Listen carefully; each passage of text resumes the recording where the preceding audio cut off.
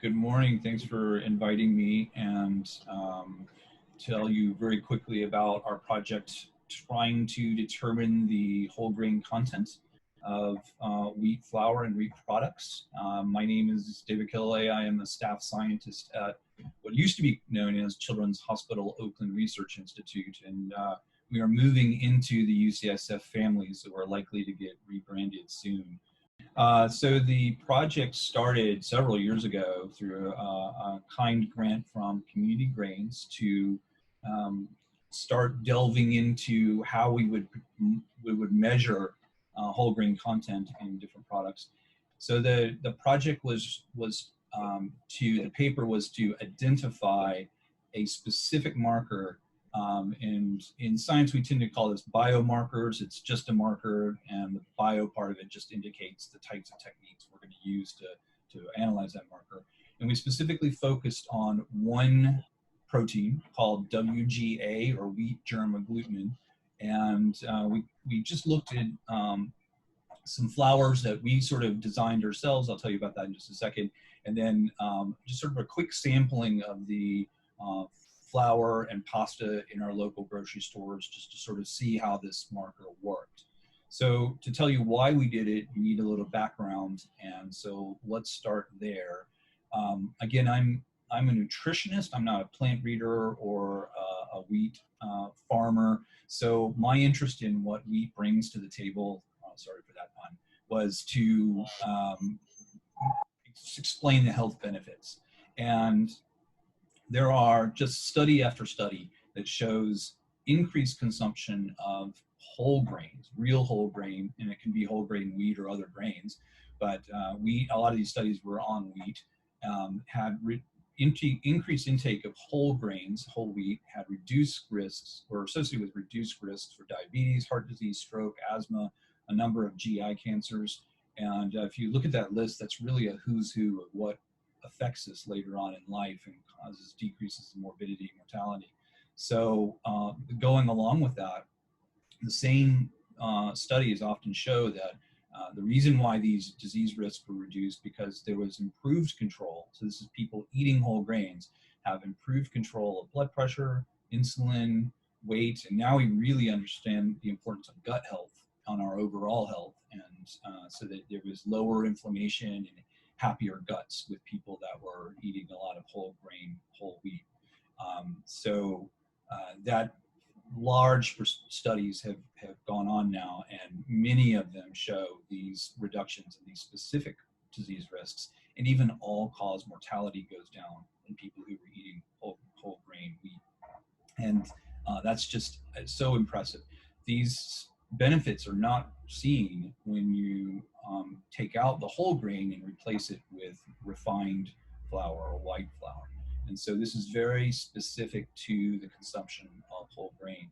And I often joke that, you know, if I had a berry that grew in the Amazon that had this kind of epidemiology associated with it, people would be in long lines purchasing this, you know, for their health. It's just, it's almost reads like a superfood.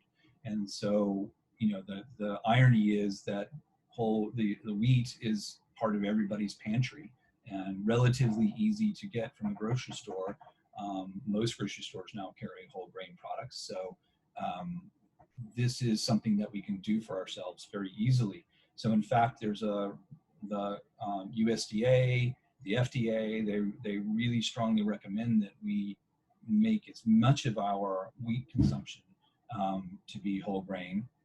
Of the 6 servings of grains that are recommended, there's a big push to at least get half of them, so 3 of the 6 servings, to a whole grain product. And the problem with that is that most people don't. So most consumption of wheat is refined or white flour based. So the stats are only about 8% of all adults in the United States, and only about 3% of kids are getting this sort of target value of having half of their grain intake as being whole grain. And what's even worse is about 40% of the U.S. gets essentially no whole grain wheat in their as part of their diet at all. So it's really unfortunate because of all those health benefits go away. And wheat makes up a large part of the U.S. diet, Average American eats about 130 pounds of wheat a year. So that's a big loss of a product that is really, really nutritious, that sort of changes dramatically when you refine it, which is probably a word that has too positive a connotation. Maybe reduced wheat would be a better way to call it. But now, as a nutritionist, I'm sort of morally obligated to tell you the reason why that we think that whole grains are doing all those things for all those associations with positive health outcomes are because of nutrients. And so everybody's heard of the major nutrients, the macronutrients, nutrients we get in abundance that come from grains, of course, carbohydrate, protein, and then fats, healthy fats and oils as well. But there's less attention, although there shouldn't be, on what we call the micronutrients, because that's traditionally the vitamins and minerals. And so the ones listed on the screen here, the vitamins, vitamin A, vitamin B1, B2, all of these are vitamins that whole grains provide in a substantial amount, or in the particular form that's useful to us. And so that's the same with minerals too. You can see a number of the minerals: chromium, copper, iron, potassium, magnesium, manganese, selenium, zinc. There's a lot of minerals there. Some of them are missing from the U.S. diet and really are shortfall nutrients. And then we throw in a category called non-traditional, and I think the one that most people appreciate is fiber. And fiber is super important for gut health, and whole grains is a major contributor. So one category that is less appreciated is sort of an other category. We call them phytochemicals, phyto just from plants. So these are plant chemicals that seem to be beneficial, but flavonoids, lignans, alkyl ressourcenols, all these are just really useful compounds, some of which we understand, and a lot of these sort of target gut health, or they bring hormone levels into balance. And some of these we don't even understand the mechanism very well, and yet we know that they're very beneficial. So what happens then when we're talking from whole grains versus refined? So the little icon of the wheat just popped up there on the right, and you can see that it's mainly three separate categories, three compartments that we talk about a lot. The bran is the outer form, sometimes called the husk, and then the most inner compartment is the germ, the baby plant, and then in between is most of the wheat kernel itself is the endosperm, and this is the starchy support growth for the baby plant. So when you're talking about refined grains, and particularly white flour, you're reducing substantially to the point of removing completely the bran and the germ. And so what happens? Well, you lose your fats and oils, you lose almost all of your vitamins and minerals, most of the fiber is gone, and you essentially lose your phytochemicals as well. The few that aren't crossed out here are vitamin B1, 2, 3, and B9, which is folate and iron. That's because we usually enrich our flours after we take out all of those nutrients.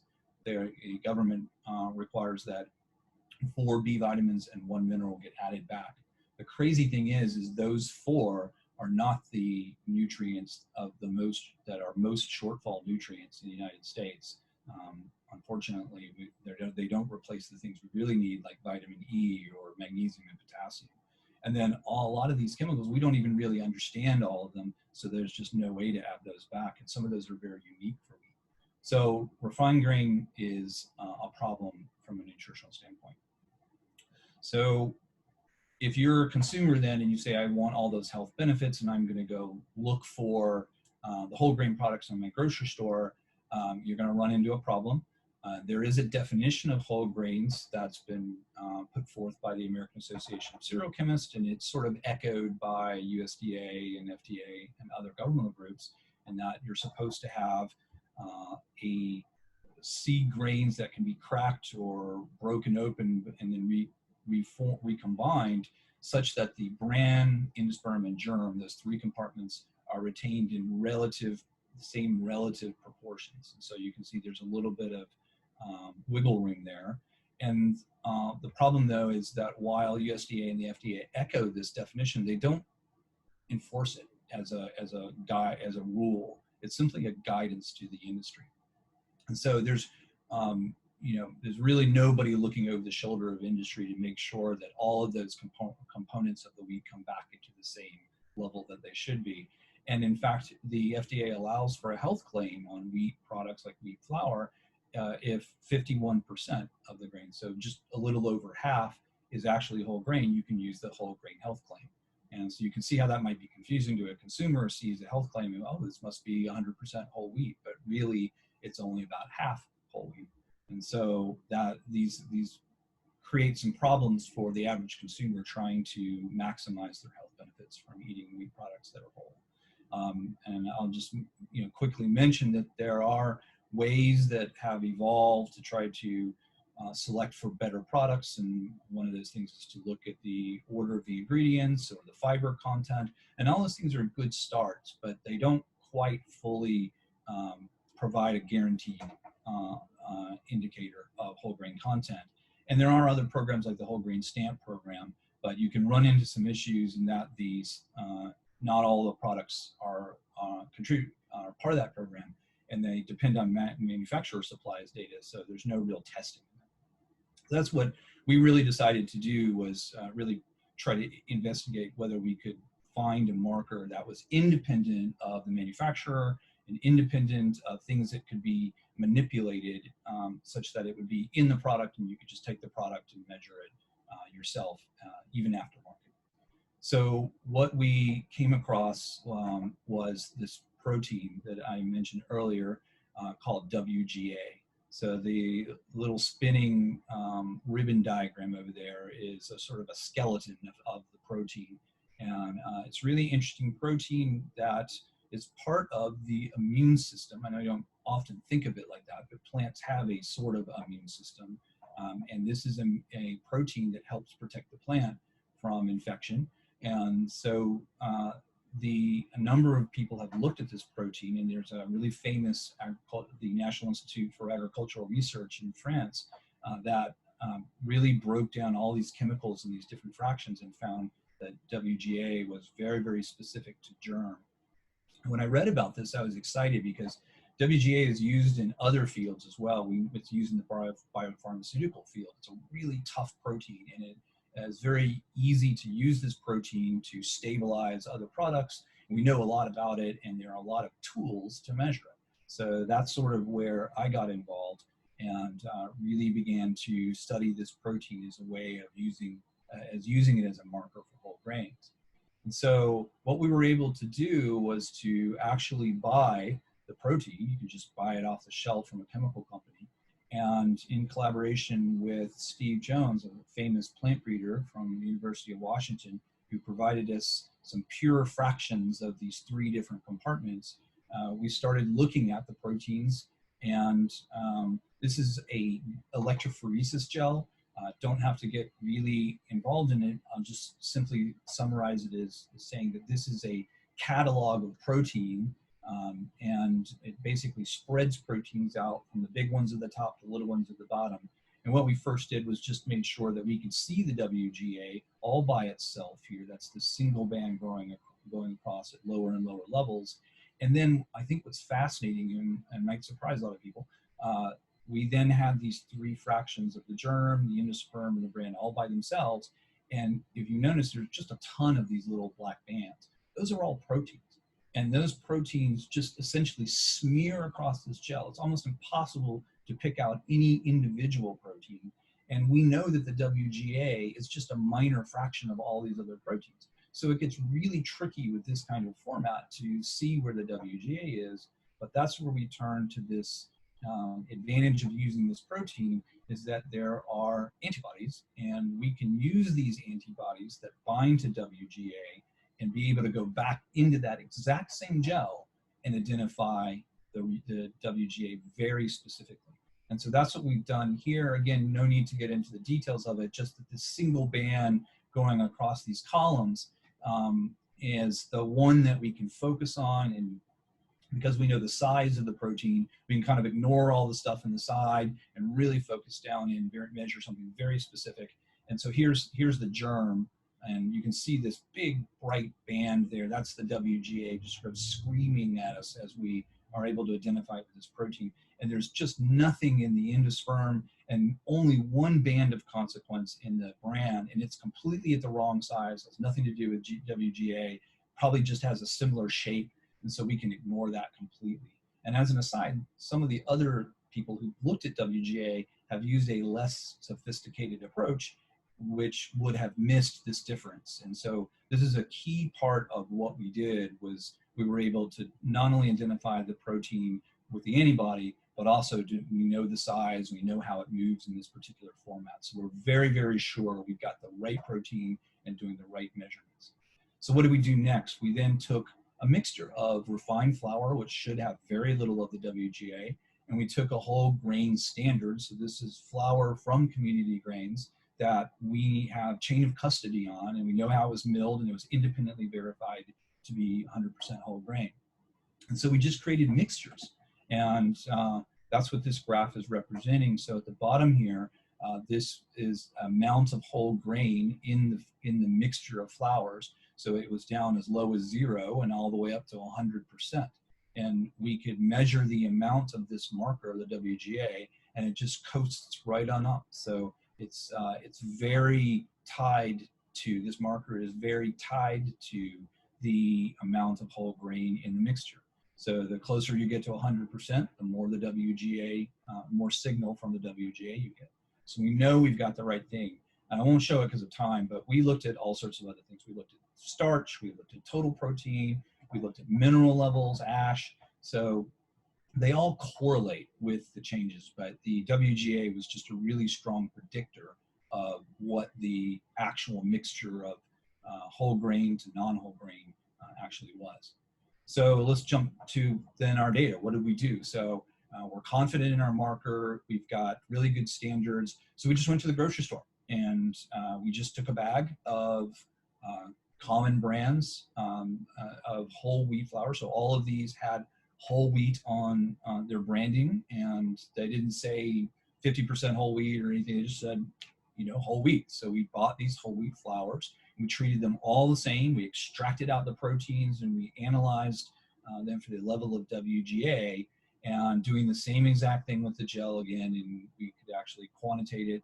And you can see the brightness differences here. So here's the whole grain standard, nice bright band, and these brands here, A, B, and C, have less strong signal. And you can quantify that, where we set the standard at 100%, and we ask, hey, of these brands A, B, and C, how much WGA did they have relative to the standard that we know and trust? And brand C did pretty good. Brand C was almost the same.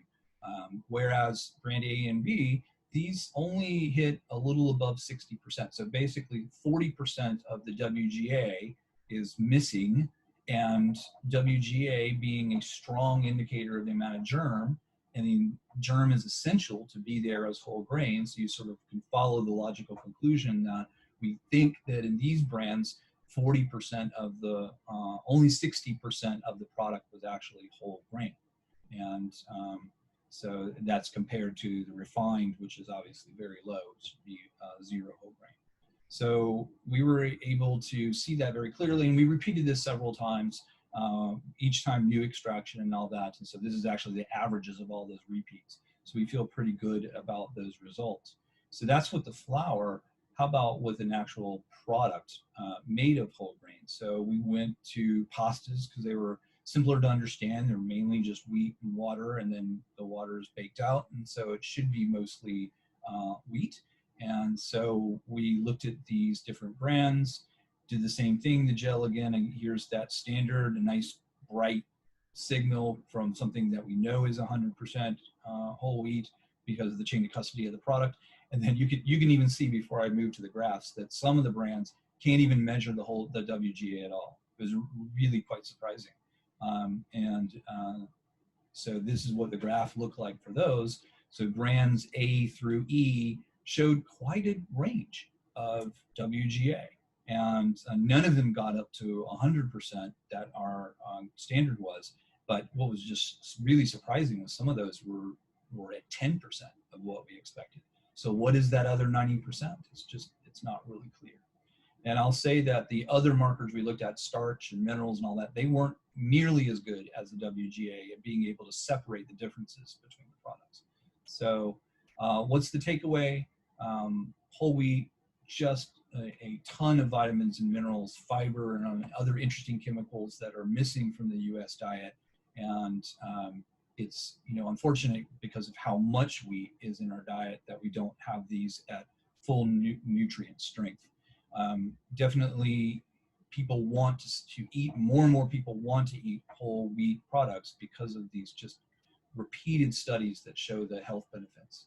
And the problem is that it's very difficult because there is no FDA legal definition of whole grains, and there's no independent assessment of the whole grain products.